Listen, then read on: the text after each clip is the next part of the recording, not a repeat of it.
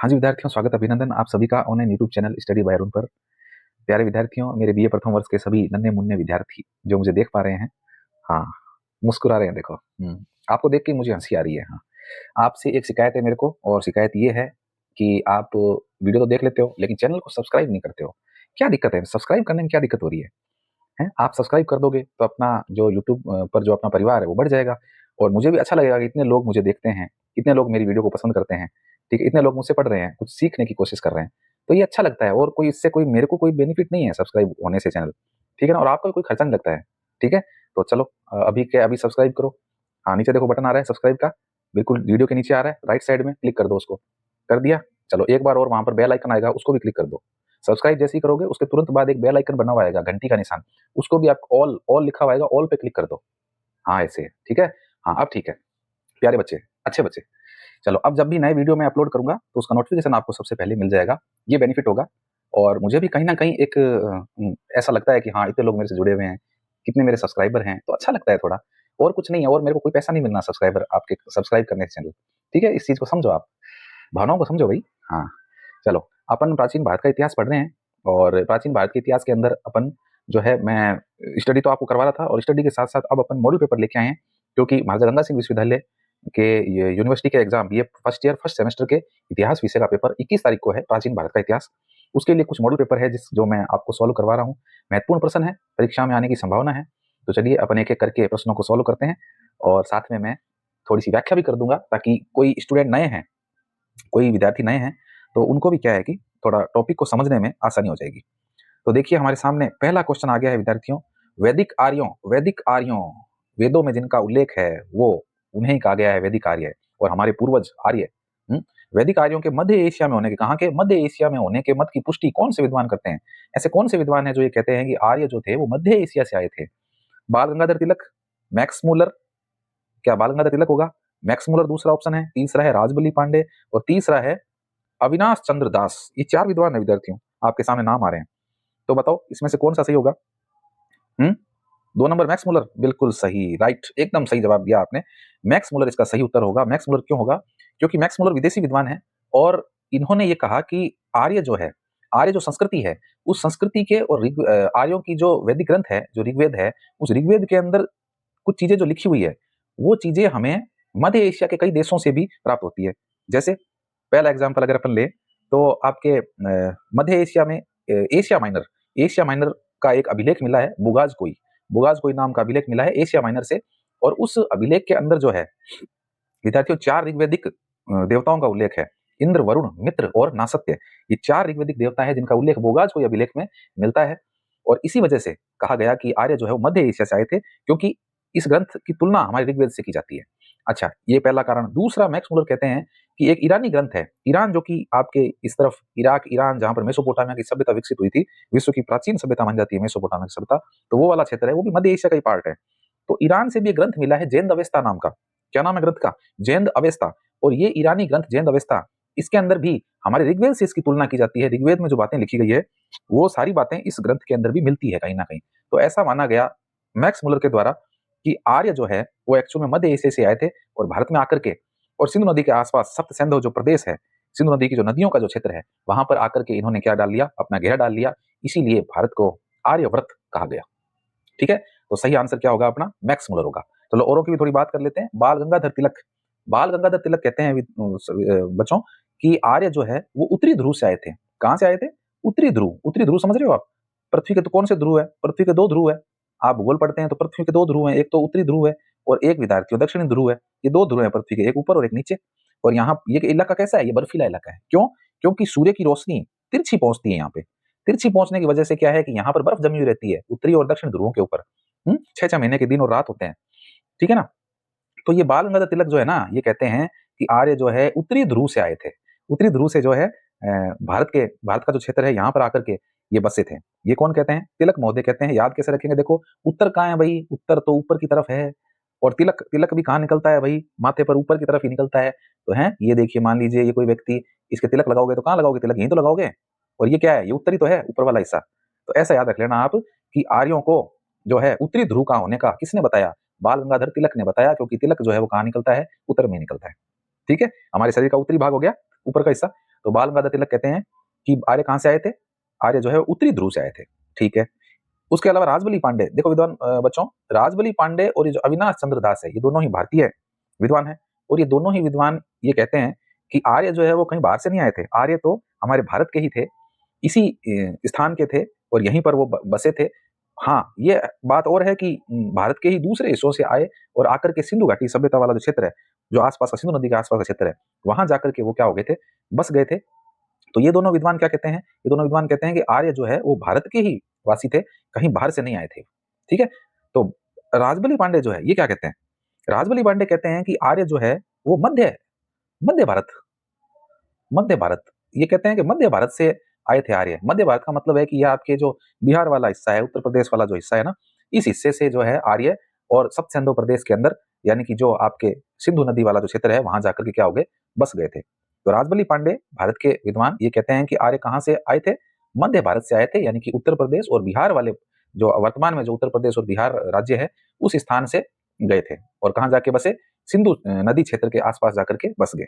चलिए, ये पहले विद्वान। दूसरे अविनाश चंद्र दास, अविनाश चंद्र दास जो है ये भी बच्चों यही कहते हैं कि जो आर्य है वो भारत के ही निवासी थे, और भारत में भी जो गंगा यमुना वाला क्षेत्र है, यानी कि जो उत्तरी क्षेत्र है, पंजाब वाला जो दोआब क्षेत्र है जहां गंगा यमुना नदी निकलती है, तो ये कहते हैं कि ये इसी पंजाब और गंगा यमुना वाले क्षेत्र से आकर के और सिंधु नदी वाले क्षेत्र के पास आकर के बस गए थे, ठीक है। तो ये दोनों विद्वान भारत के हैं और ये कहते हैं कि आर्य जो थे वो भारत के ही थे। तो चारों विद्वानों की आपको याद होगी कि किसने कहां का बताया, लेकिन मध्य एशिया से होने का कौन कहता है, आपके मैक्स मुलर कहते हैं कि आर्य कहां से थे, मध्य एशिया से आए थे। समझ में आ गई बात। चलो अब नेक्स्ट क्वेश्चन लेते हैं, दूसरा प्रश्न। दूसरा प्रश्न देखो बच्चों, दूसरा प्रश्न है शासकों की प्रशंसा। ओहो, शासकों की प्रशंसा, शासकों की प्रशंसा में लिखे गए अभिलेख क्या कहलाते हैं, यानी कि शासकों की प्रशंसा, राजाओं की जब प्रशंसा की जाए, बड़ा चढ़ा के बातें लिखी जाए, है ना, खूब लंबी लंबी फेंकी जाए, ऐसे अभिलेख क्या कहलाते हैं, गुहा अभिलेख? नहीं भाई, गुहा अभिलेख कैसे कहलाएंगे, गुहा अभिलेख तो गुफाओं के ऊपर जो लिखे होते हैं उसको बोलते हैं गुहा अभिलेख, ये होते हैं गुहा अभिलेख तो, ठीक है। तो गुहा अभिलेख नहीं हो सकते। रासो ग्रंथ, रासो ग्रंथ क्या होते हैं, रासो ग्रंथ का मतलब है कि ऐसे ग्रंथ जिसमें किसी शासक के विजयों का वर्णन किया गया हो, यानी उस शासक ने कितनी विजय प्राप्त की है, किन किन राजाओं को हराया है, किस तरह से हराया है, यानी कि एक राजा की सूरवीरता का वर्णन जब किसी ग्रंथ में किया जाए तो वो ग्रंथ क्या कहलाता है, रासो ग्रंथ कहलाता है। पृथ्वीराज रासो किसका ग्रंथ है, चंद्रबरदाई का, पृथ्वीराज का दरबारी कवि और पृथ्वीराज चौहान का मित्र चंद्रबरदाई, जिसने लिखा पृथ्वीराज रासो। तो चंद्रबरदाई ने बहुत सी बातें बढ़ा चढ़ा के पृथ्वीराज के बारे में लिखी है। तो रासो ग्रंथ क्या होते हैं, जो किसी शासक के वीरता के बारे में, उसके शौर्य की गाथाएं लिखी जाए, उसे कहते हैं रासो ग्रंथ। तो रासो ग्रंथ भी नहीं है इसका सही जवाब। तीसरा है आपके, तीसरा क्या है, तीसरा है प्रशस्ति, और यही हमारा सही जवाब है। देखो, प्र से प्रशंसा, प्र से प्रशस्ति, ऐसे याद रखेंगे, यानी कि राजा की प्रशंसा में जो लेख लिखे जाए उन्हें क्या कहते हैं, प्रशस्ति कहते हैं, ठीक है। चलिए हो गया, अब चलते हैं नेक्स्ट क्वेश्चन की तरफ। देखो तीसरा प्रश्न हमारे सामने है। तीसरा प्रश्न क्या कहता है हमें, निम्न में से धार्मिक साहित्य है, धार्मिक साहित्य यानी ऐसा साहित्य जिसका संबंध किससे हो, जिसका संबंध बच्चों धर्म से हो, ऐसे साहित्य को कहते हैं हम धार्मिक साहित्य। तो बताओ कौन सा है धार्मिक साहित्य, ये धार्मिक साहित्य अर्थशास्त्र, रामायण, इंडिका या फिर अभिज्ञान शाकुंतलम, कौन सा है धार्मिक साहित्य जिसका संबंध किसी धर्म विशेष से है। मैंने आपको साहित्यिक ग्रंथों के अंदर पढ़ाया था कि जो साहित्यिक ग्रंथ है वो दो तरह के होते हैं, एक होता है धार्मिक और एक होता है धर्मेत्तर।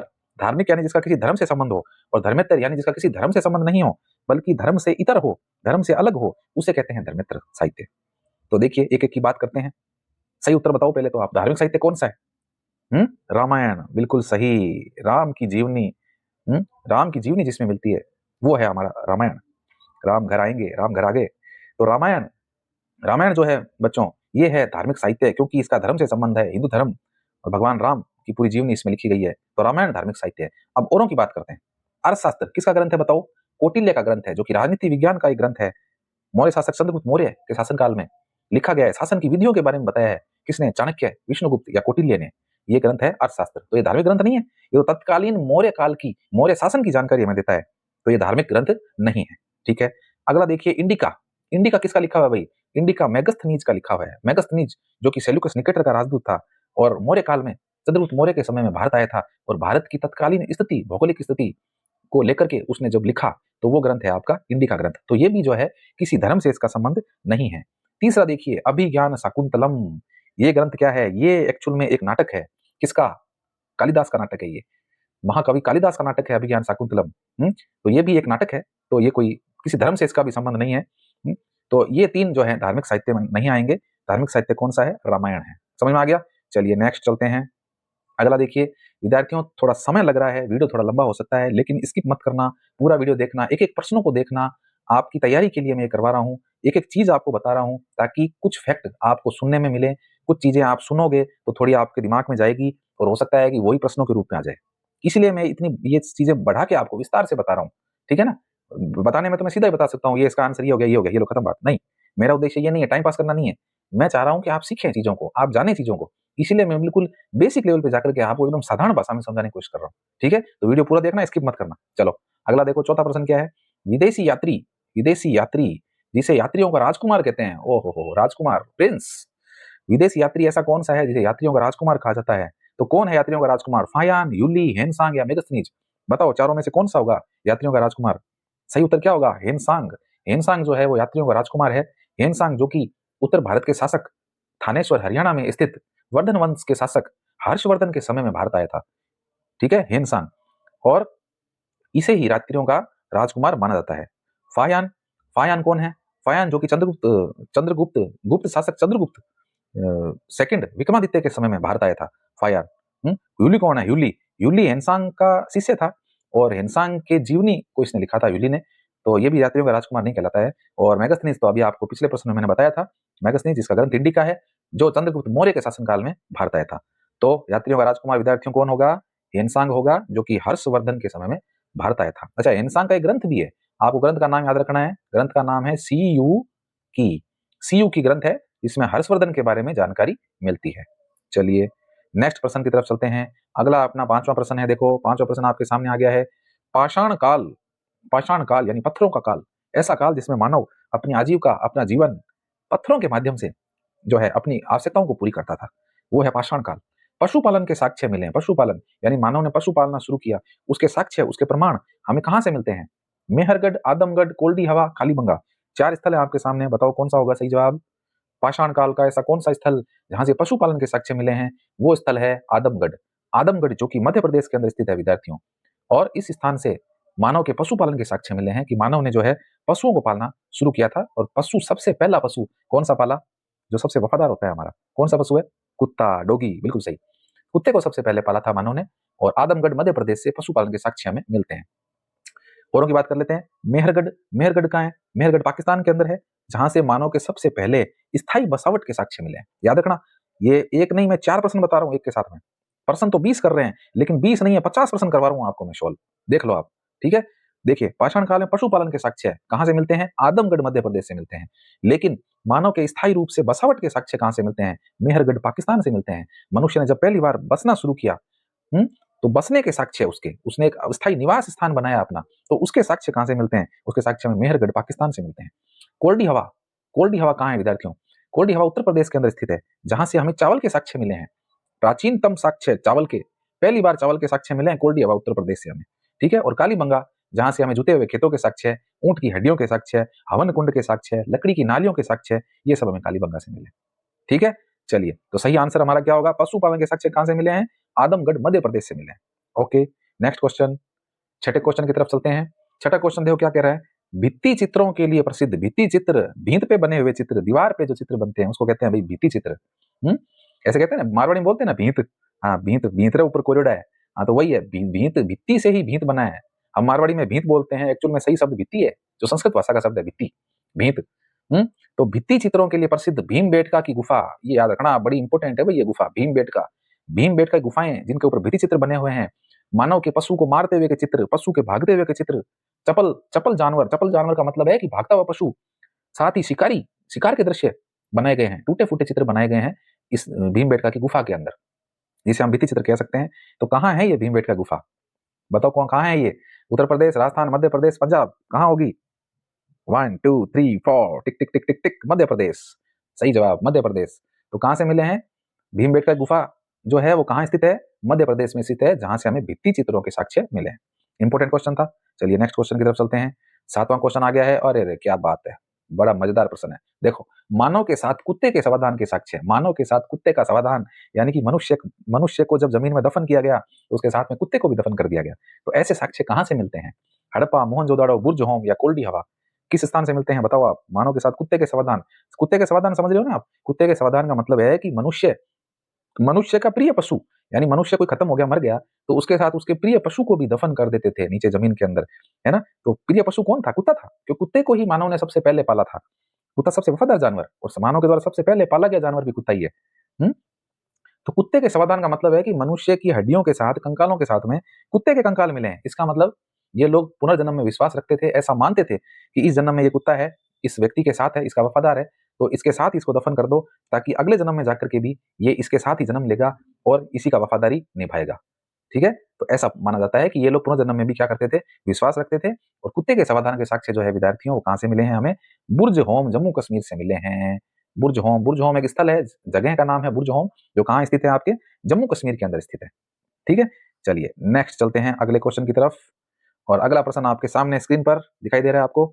चापर चॉपिंग संस्कृति, चापर चॉपिंग, ओहो क्या नाम है मस्त। चापर चॉपिंग संस्कृति का संबंध किससे है? पहले तो आपको ये पता होना चाहिए चापर चॉपिंग संस्कृति कहते किसे हैं। आपको ये ध्यान होना चाहिए, चापर चॉपिंग का मतलब है विद्यार्थियों ऐसी संस्कृति जिसके अंदर आदि मानव ने पत्थरों को काट के, कटिंग करके और फिर उनके द्वारा अपने हथियारों का निर्माण किया, उसको कहते हैं चापर चॉपिंग संस्कृति। अरे सही ढंग से बैठ नहीं पा रहा, हाँ बैठ गया, ठीक है। तो चापर चॉपिंग संस्कृति में बता रहा था आपको, ऐसी संस्कृति जिसमें मनुष्य ने, जो पत्थर होते हैं ना अपने, ये गोल गोल से पत्थर होते हैं, बिल्कुल नदियों में बह करके जो पत्थर आते हैं गोल गोल से होते हैं, चिकने चिकने पत्थर होते हैं, ऐसे पत्थरों की कटिंग की यहाँ से, ऐसे तीखा करेंगे ना यहाँ से, एक एक हिस्सा तीखा करना पड़ेगा। तो जो पत्थर एक तरफ से जो तीखे मिले हैं उनको तो कहा गया विद्यार्थियों चापर। क्या कहा गया? चापर। और ऐसे पत्थर जो दोनों तरफ से तीखे कर दिए गए मनुष्य के द्वारा, यानी इधर से भी तीखे कर दिए, काट काट के घस घस के तीखे कर दिए, इधर से भी तीखे कर दिए, उसको क्या कहा गया? चॉपिंग कहा गया। ठीक है? तो ऐसे याद रखेंगे, देखो चॉपिंग, चॉपिंग देखो नाम से मालूम सब है, चॉपिंग, चॉप करना, टुकड़ों टुकड़ों में, खंडों खंडों में विभाजित करना। घर में वो सब्जी काटते हैं ना, कट कट कट कट ऐसे, वो पट्टी से होती है, उसके ऊपर बड़ा सा चाकू लेकर काटते हैं, कहते हैं मैं चॉप कर रहा हूँ। चॉप करने का मतलब है टुकड़ों में बांटना। तो आदि मानव भी क्या करता था कि पत्थरों को तीखा करके और मांस को, चीजों को काटा करता था। तो चॉपर चॉपिंग संस्कृति जो है वो इन पत्थरों से संबंधित है, जिन पत्थरों के द्वारा मानव अपना जो मांस है उसको और जो वस्तुएं हैं उन्हें क्या किया करता था? काटा करता था। ठीक है? इसका संबंध किससे? पेबुल संस्कृति। पेबुल, पेबुल का मतलब क्या होता है? पेबल्स यानी पत्थर। तो पत्थर है, बिल्कुल सही, ये जवाब सही है आपका, पेबुल संस्कृति सही है। सोहन घाटी संस्कृति, सोहन घाटी संस्कृति कहाँ पाई गई है? पाकिस्तान के अंदर स्थित है सोहन घाटी। सोहन नदी है जो पाकिस्तान में बहती है, तो वहां पर जो ये पत्थर मिले हैं, इस तरह के औजार मिले हैं, हथियार मिले हैं, उनको क्या कह दिया गया? सोहन घाटी संस्कृति कह दिया गया। तो आप चाहे इसको चापर चॉपिंग संस्कृति बोलो, चाहे इसको आप पेबल संस्कृति बोलो, चाहे आप इसको सोहन घाटी संस्कृति बोलो, ये एक ही बात है। तो इसका सही उत्तर क्या होगा? तीसरा इसका उत्तर सही होगा, 1 व 2 दोनों। ठीक है? चलिए नेक्स्ट प्रश्न की तरफ चलते हैं। अगला प्रश्न है विद्यार्थियों अपना कि 1982, देखिए प्रश्न देखिए, 1982 में मानव की खोपड़ी के साक्ष्य भारत में कहां से प्राप्त हुए हैं? अरे वाह भाई, मानव की खोपड़ी के साक्ष्य, ये लो खोपड़ी, ये खोपड़ी भाई, ये लो, ये लो गुस्से में ऐसे, ये खोपड़ी मिली। ये मानव की खोपड़ी 1982 में कहां से प्राप्त हुई है? भारत के अंदर साक्ष्य कहां से मिले हैं बताओ? सिंधु घाटी से, बनास घाटी से, नर्मदा घाटी से, या घग्गर नदी घाटी से? कहां से मिले बताओ? सही जवाब होगा हमारा नर्मदा नदी घाटी क्षेत्र। नर्मदा नदी जो कि मध्य प्रदेश में बहती है, मध्य प्रदेश से बहती हुई, और अमरकंटक की पहाड़ियां मध्य प्रदेश से निकलती है और फिर आप गुजरात में बहती हुई अरब सागर के अंदर जाके गिर जाती है। तो वो है नर्मदा घाटी क्षेत्र। वहां पर डॉक्टर अरुण सोनकिया नाम के विद्वान है, उनको 1982 के अंदर मानव की एक खोपड़ी मिली है विद्यार्थियों। ठीक है? और ऐसा माना गया कि भारत में मिलने वाली ये पहली मानव की खोपड़ी है। और इस खोपड़ी को पता है नाम दे दिया गया है, क्या नाम दिया गया है? रामापिथेकस। रामापिथेकस, भगवान राम किसके थे? हमारे थे भाई, रामापिथेकस। तो भगवान राम हमारे पहले मानव है, तो ये भी पहले मानव की खोपड़ी है जो डॉक्टर अरुण सोनकिया ने नर्मदा घाटी क्षेत्र से प्राप्त की है, नर्मदा नदी के आसपास के क्षेत्र से प्राप्त की है खुदाई में। इसीलिए जो है इन्हें क्या कहा दिया गया? रामापिथेकस कह दिया गया, प्रथम भारतीय मानव कहा गया इनको। ठीक है? चलिए नेक्स्ट क्वेश्चन की तरफ चलते हैं। नेक्स्ट क्वेश्चन की तरफ चलते हैं। देखिए 10वां क्वेश्चन आपके सामने, सिंधु लिपि को पढ़ने का सर्वप्रथम प्रयास करने वाले भारतीय विद्वान कौन है? सिंधु लिपि, लिपि यानी किसी भी भाषा को लिखने का तरीका लिपि कहलाता है। सिंधु लिपि मैंने आपको बताई थी कैसी लिपि है, भाव चित्रात्मक लिपि है। बुस्ट्रोफेदन लिपि भी कहते हैं, गोमूत्री लिपि भी कहते हैं इसको, चित्राक्षरी लिपि भी कहते हैं इसको सर्पिलाकार लिपि भी कहते हैं। कितने सारे नाम है इसके देखो। तो सिंधु लिपि को अभी तक पढ़ नहीं पाए हैं कोई भी, लेकिन पहला प्रयास करने वाले विद्वान कौन थे? तो भारत के सबसे पहले विद्वान थे साथियों, वो थे आपके डॉक्टर नटवर झा। डॉक्टर नटवर झा ने इसको पढ़ने का प्रयास किया था, लेकिन पढ़ नहीं पाए थे, और अभी तक भी कोई नहीं पढ़ पाया है। लेकिन मुझे विश्वास है कि मेरे प्यारे विद्यार्थी, इस वीडियो को देखने वाले मेरे बीए प्रथम वर्ष के विद्यार्थी बीए पूरी करेंगे और फिर एमए इतिहास से करेंगे, और एमए इतिहास से करने के बाद शोध कार्य करेंगे इतिहास में, और इस सिंधु लिपि को पढ़ के दिखाएंगे। पढ़ोगे ना? जरूर पढ़ के दिखाओगे। तो डॉक्टर नटवर झा जो है वो असफल हो गए थे, लेकिन आपको ये लिपि जो है पढ़ के दिखानी है। ठीक है, चलो ओके, लाइक कर दो इस बात पे। नीचे गए ना, नीचे लाइक का बटन आ रहा है, उस लाइक के बटन को दबा दो, ऐसे थंब वाले बटन को, हाँ ये वाला। चलो, तो सबसे पहले सिंधु लिपि को पढ़ने का प्रयास किसने किया था? डॉक्टर नटवर झा ने किया था, लेकिन असफल हो गए थे। चलिए नेक्स्ट देखते हैं, अगला क्वेश्चन क्या है। अगला क्वेश्चन है हमारा, मध्य एशिया के किस अभिलेख में ऋग्वैदिक कालीन देवताओं का उल्लेख मिलता है? ये लो, फिर से आगे वही बात, मध्य एशिया। मैक्स मुलर ने कहा कि आर्य जो थे वो मध्य एशिया से आए थे, तो मध्य एशिया का कौन सा अभिलेख है ऐसा अभिलेख जिसमें ऋग्वैदिक कालीन देवताओं का उल्लेख मिलता है? मैंने आपको चारों देवताओं के नाम भी बताए थे, कौन कौन से? इंद्र, वरुण, मित्र, नासत्य, 4 ऋग्वैदिक देवता हैं जिनका उल्लेख मध्य एशिया से एक अभिलेख मिला है, उसके अंदर भी मिलता है। कौन सा है वो अभिलेख? बोगाजकोई का अभिलेख। शाबाश, बोगाजकोई का अभिलेख है जो एशिया माइनर, मध्य एशिया से हमें प्राप्त हुआ है, और इसी में चारों ऋग्वैदिक कालीन देवताओं का उल्लेख किया गया है। इसी आधार पर मैक्स मुलर महोदय ने कह दिया कि आर्य कहां से आए थे? मध्य एशिया से आए थे। ओके, नेक्स्ट क्वेश्चन आगे देखिए, चतुस्वर्णी समाज। चतुस्वर्णी समाज का मतलब है कि ऐसा समाज जो 4 हिस्सों में बटा हुआ हो। चतुस्वर्णी, चतुस यानी 4, वर्णी यानी वर्ण जाति, 4 वर्णों में, 4 जातियों में जो समाज बटा हुआ हो। ब्राह्मण, क्षत्रिय, वैश्य, शूद्र, 4 जातियां कौन कौन सी? ब्राह्मण, क्षत्रिय, वैश्य, शूद्र। इन चारों वर्णों का उल्लेख ऋग्वेद में मिलता है। तो ऋग्वेद के कौन से मंडल में मिलता है? मंडल। मंडल का मतलब है अध्याय, चैप्टर। जैसे आपके पाठ होते हैं ना, पाठ, लेसन आप अंग्रेजी में बोलते हो, उसी तरह से ऋग्वेद के अंदर जो लेसन है उनको क्या कहा जाता है? मंडल कहा जाता है। तो चतुस्वर्णी समाज का उल्लेख कौन से मंडल में मिलता है विद्यार्थियों? 10वें मंडल में मिलता है। शाबाश, वेरी गुड, बहुत अच्छे। 10वें मंडल में जो है इन चारों वर्णों का उल्लेख किया गया है। चलिए औरों की बात कर लेते हैं। प्रथम मंडल, पहला मंडल मैंने आपको बताया था किसको समर्पित है? अग्नि देवता को समर्पित है। पहला मंडल, ऋग्वेद का पहला मंडल अग्नि देवता को समर्पित। तीसरा मंडल जो कि किसको समर्पित है? सविता, सूर्य देवता को समर्पित है, जिसके अंदर गायत्री मंत्र का उल्लेख किया गया है। ओम भूर्भुवस्सुः तत्सवितुर्वरेण्यं भर्गो देवस्य धीमहि धियो यो नः प्रचोदयात् स्वाहा। तो तीसरे मंडल के अंदर जो है सूर्य का उल्लेख किया गया है, और गायत्री मंत्र का भी इसमें उल्लेख मिलता है। 9वां मंडल जो कि सोम देवता को समर्पित है, सोम देवता जो वनस्पति के देवता है हमारे। और 10वां मंडल जो है विद्यार्थियों वो किसको समर्पित है? किसका उल्लेख मिलता है इसमें? चतुस्वर्णी समाज का, 4 वर्णों में बटे हुए समाज का उल्लेख मिलता है। ओके, चलिए नेक्स्ट क्वेश्चन, भारतीय संगीत का जनक कौन सा वेद है? इसको तो भाई इसका जवाब सब दे देंगे, इसको ये सबको आता है। भारतीय संगीत का जनक, संगीत में देखो गान, गाना पड़ता है संगीत के अंदर, तो गान गान साम वेद, साम वेद, साम से संगीत, से साम। तो भारतीय संगीत का जनक कौन सा वेद है? साम वेद है भारतीय संगीत का जनक। चलिए इजी क्वेश्चन, आगे देखिए अगला प्रश्न क्या है, भारतीय धर्म का प्रतिनिधित्व करने वाला वेद कौन सा है जो भारतीय धर्म का प्रतिनिधित्व करता है? जादू, टोने, भूत, पिशाच, अंधविश्वास, रूढ़ियां, परंपराएं, इन सब चीजों का जो मिश्रण है वो कौन से वेद के अंदर मिलता है? बताओ कौन सा वेद है वो? अथर्ववेद है। शाबाश, वेरी गुड। अथर्व ऋषि के द्वारा लिखा गया माना जाता है अथर्ववेद, और इसी वेद के अंदर जो है जादू, टोना, वशीकरण, भूत प्रेत, पिशाच, इन सब के बारे में जिक्र मिलता है। तो भारतीय धर्म का प्रतिनिधित्व करता है क्योंकि हमारे धर्म में ये चीजें शामिल है। भूत और भगवान ये सारी चीजें शामिल है हमारे धर्म के अंदर, इसलिए भारत के अंदर जो धर्म है और उसमें जो पॉपुलरिटी है वो किस वेद की है? अथर्ववेद की है। चलिए नेक्स्ट क्वेश्चन, 15 क्वेश्चन बढ़ रहे हैं अपन अगले प्रश्नों की तरफ। सबसे नवीनतम वेद कौन सा है? नवीनतम वेद का मतलब है जिसकी रचना सबसे लास्ट में हुई है, जो सबसे लास्ट में लिखा गया वेद है, कौन सा है? देखिए सबसे प्राचीन अगर आपसे पूछे तो ऋग्वेद है। सबसे प्राचीन कौन है? सबसे प्राचीन वेद है विद्यार्थियों ऋग्वेद। और सबसे नवीनतम वेद कौन है? अथर्ववेद है, क्योंकि सबसे नवीनतम है ये। क्यों है? क्योंकि सबसे अंत में इसकी रचना की गई है। ओके, चलिए नेक्स्ट क्वेश्चन पे चलते हैं अपन। अगला क्वेश्चन है हमारा, सबसे नवीनतम, अच्छा रिपीट हो गया क्या? चलो कोई बात नहीं। सबसे नवीनतम वेद कौन सा है? अथर्ववेद है। ओके, नेक्स्ट क्वेश्चन की तरफ चलते हैं। अगला क्वेश्चन देखो क्या है अपना। अगला क्वेश्चन कह रहा है कि वेदों को एक पीढ़ी से दूसरी पीढ़ी तक मौखिक रूप से, मौखिक रूप का मतलब है बोल के, मुंह से बोल के, जैसे मैं अभी आपको बोल के बता रहा हूँ, आपको समझा रहा हूँ, है ना, लिखित रूप में भी आ रहा है यहाँ तो, लेकिन वेदों को एक पीढ़ी से दूसरी पीढ़ी तक मौखिक रूप से पहुंचाना क्या कहलाता है? भाई मौखिक रूप से मुंह से बोलकर, मैंने आपको बताया था कि प्राचीन काल में जो है गुरु परंपरा थी, और गुरु शिष्य परंपरा के अंतर्गत शिष्य जो थे गुरु जी के गुरुकुल में रहा करते थे, और वहां पर गुरु जी वेदों का पाठ करके सुनाया करते थे शिष्यों को, और शिष्य बैठे सुनते थे कानों से, लिखना कुछ नहीं है, बस सुनते थे। सुन सुन के रोजाना एक एक मंत्र को और चीजों को बार बार गुरुजी पढ़ा पढ़ा के उनको सिखा देते थे, और वो उन सब चीजों को सीख करके और आगे जब वो गुरु बनते तो अपने शिष्यों को भी इसी तरह से मौखिक रूप से बोल के उनको वेदों के बारे में और वेदों में लिखी गई बातों को समझाते थे, बताते थे। तो वो क्या कहलाता है? वो कहलाता है श्रुति। श्रुति, श्रुति का मतलब है सुनना, यानी कि बच्चे जो है गुरु जी की बात को सुना करते थे, मौखिक रूप से वेदों का पाठ अध्ययन किया करते थे, तो उसे कहते हैं श्रुति। ठीक है, चलिए नेक्स्ट क्वेश्चन की तरफ चलते हैं, और देखिए अगला प्रश्न आपके सामने। वानप्रस्थ आश्रम, वानप्रस्थ यानी वनों में प्रस्थान कर जाना। मानव जीवन के 4 आश्रम मैंने आपको बताए थे, ब्रह्मचर्य, गृहस्थ, वानप्रस्थ और संन्यास। तो ये तीसरा आश्रम है वानप्रस्थ आश्रम। सवाल क्या है, वानप्रस्थ आश्रम के दौरान जिन ग्रंथों की रचना की जाती है वे क्या कहलाते हैं? ऐसे ग्रंथ जिनकी रचना मनुष्य वनों में रहकर करता है, एकांत में रहकर करता है, जंगलों में रहकर करता है, ऐसे ग्रंथ क्या कहलाते हैं? आरण्यक कहलाते हैं। बिल्कुल सही जवाब, ऐसे ग्रंथों को हम आरण्यक कहते हैं। आरण्यक जो है वो अरण्य से बना है, और अरण्य का मतलब होता है जंगल या वन। तो वनों में जाकर एकांत में रहकर के व्यक्ति जब जिन ग्रंथों की रचना करता है या जिन ग्रंथों को पढ़ता है वो क्या कहलाते हैं? आरण्यक ग्रंथ कहलाते हैं। ठीक है, चलिए नेक्स्ट क्वेश्चन की तरफ चलते हैं।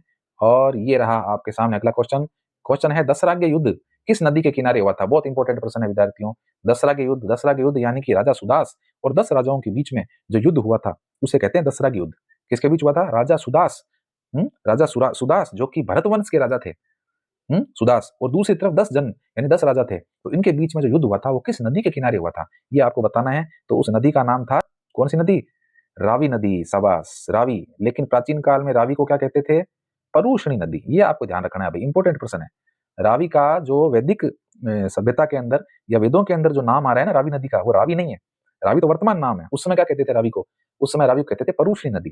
ठीक है, तो दसरा के युद्ध राजा सुदास और 10 राजाओं के बीच में किस नदी के किनारे हुआ था? परूषणी नदी के किनारे हुआ था। इस युद्ध के अंदर भरतवंश के राजा सुदास जीत गए थे, जीत हासिल हो गई थी उनको। ठीक है, तो चलिए उसके अलावा देखिए सिंधु नदी, सिंधु को तो सिंधु ही कहते हैं, प्राचीन नाम। इनके भी नाम आपको पता होना चाहिए, झेलम और चिनाब नदी के। देखो झेलम को क्या कहते हैं? झेलम का प्राचीन नाम है वितस्ता। झेलम का प्राचीन नाम क्या है विद्यार्थियों? वितस्ता है। और चिनाब का क्या है? चिनाब का प्राचीन नाम है अस्किनी। अस्किनी से नहीं बना क्या? से अस्किनी। ये लो, ये प्राचीन नाम आपको याद होने चाहिए। सिंधु, रावी नदी का प्राचीन नाम है परूषणी नदी, झेलम नदी का प्राचीन नाम है वितस्ता, और आपके चिनाब नदी का प्राचीन नाम है अश्किनी। ठीक है, दसरा का युद्ध कहां हुआ था? परूषणी या रावी नदी किनारे हुआ था। Okay, next question. और इस टेस्ट का अंतिम प्रश्न है। देखो मुस्कुराहट आ गई चेहरे पे। अंतिम प्रश्न कहते ही हंसने लगे। बहुत से लोग तो यहाँ तक पहुंचे ही नहीं होंगे। नहीं पहुंचे हो तो नुकसान है आपको, क्योंकि बहुत सिलेक्टेड चीज मटेरियल मैं लेके आया हूँ आपके लिए, और एक एक चीज मैं आपको समझा रहा हूँ, कोशिश कर रहा हूँ, मेहनत कर रहा हूँ। ठीक है, ताकि आपके अच्छे नंबर आ सके पेपर के अंदर। तो आप भी ईमानदार रखो भाई। चलो अब देखो लास्ट क्वेश्चन अपन सॉल्व कर रहे हैं। आर्यों की प्राचीनतम संस्था, समझ रहे हो? आर्यों की प्राचीन संस्थाएं कौन सी थी? तो मैंने आपको बताया था कि आर्यों की 3 प्राचीन संस्थाएं थी, सभा, समिति और विदथ। ठीक है, इन तीनों संस्थाओं में से जो सबसे प्राचीन है विद्यार्थियों वो है विदथ। विदथ को सबसे प्राचीन संस्था कहा जाता है। जिस संस्था के अंदर जो गांव के जो बड़े बुजुर्ग हुआ करते थे, उसके अलावा जो बुद्धिजीवी लोग हुआ करते थे, वो इस संस्था में शामिल होते थे और राजा को सलाह मशवरा दिया करते थे। तो ये है सबसे प्राचीन संस्था आर्यों की। उसके अलावा सभा और समिति भी जो है ये संस्था है, आर्यों की प्राचीन संस्था कहलाती है। लेकिन सबसे प्राचीन पूछा है, देखो प्राचीनतम नाम, देखो प्राचीनतम यानी सबसे प्राचीन संस्था। तो सबसे प्राचीन कौन सी है? विदथ है आर्यों की सबसे प्राचीन संस्था। ठीक है, चलिए तो ये 20 क्वेश्चन थे विद्यार्थियों इंपोर्टेंट, जो आपके सामने मैं लेके आया हूं। आज के लिए इतना ही, फिर मिलते हैं एक और नई वीडियो के साथ में। अभी तक चैनल को सब्सक्राइब नहीं किया है तो कर लो, मैं आपसे करवा के मानूंगा। कर लो आप सब्सक्राइब, और वीडियो अच्छा लगता है तो लाइक बटन दबा दिया करो, और साथ में इस वीडियो को दूसरों तक भी शेयर करो ताकि औरों को भी इसका बेनिफिट मिल सके। ठीक है, तो आज के लिए इतना ही, फिर मिलते हैं एक और नई वीडियो के साथ। तब तक के लिए जय भारत, जय हिंद, नमस्कार।